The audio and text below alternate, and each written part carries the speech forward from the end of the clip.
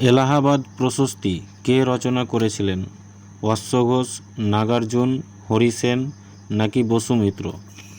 এই প্রশ্নটি ডব্লিউবিসিএস পরীক্ষায় আসা প্রশ্ন, সেখান থেকে এই প্রশ্নটি তোলা হয়েছে। এই প্রশ্নটির সঠিক উত্তর হয়ে যাবে হরিসেন। এই হরিসেন এলাহাবাদ প্রশস্তি রচনা করেছে এবং হরিসেন ছিলেন সমুদ্রগুপ্ত এর সভাকবি। এবং এই এলাহাবাদ প্রশস্তি থেকে সমুদ্রগুপ্তের যে রাজত্বকাল, সিংহাসন আরোহণ, যুদ্ধ বিজয় এবং সাম্রাজ্য বিস্তারের উল্লেখ এখানে কিন্তু পাওয়া যায়। এছাড়াও অপশানে যে অশ্বঘোষ রয়েছে, এই অশ্বঘোষ কিন্তু বুদ্ধচরিত রচনা করেছে এবং অশ্বঘোষ ছিলেন একজন বৌদ্ধ দার্শনিক, কবি, নাট্যকার এবং কুষাণ সম্রাট কনিষ্কের সভাকবি ছিলেন এই অশ্বঘোষ। আর নাগার্জুন যে রয়েছে, তিনি রুদ্রচক্র এবং মূলয়ম এই দুটো গ্রন্থ তিনি রচনা করেন।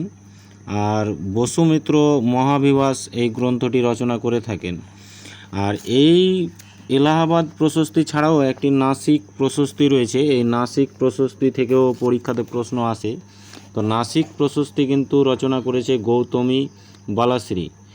আর এখান থেকে গৌতমীপুত্র সাতকর্ণীর যে ইতিহাস, সেটা কিন্তু জানতে পারা যায় এই নাসিক প্রশস্তি থেকে।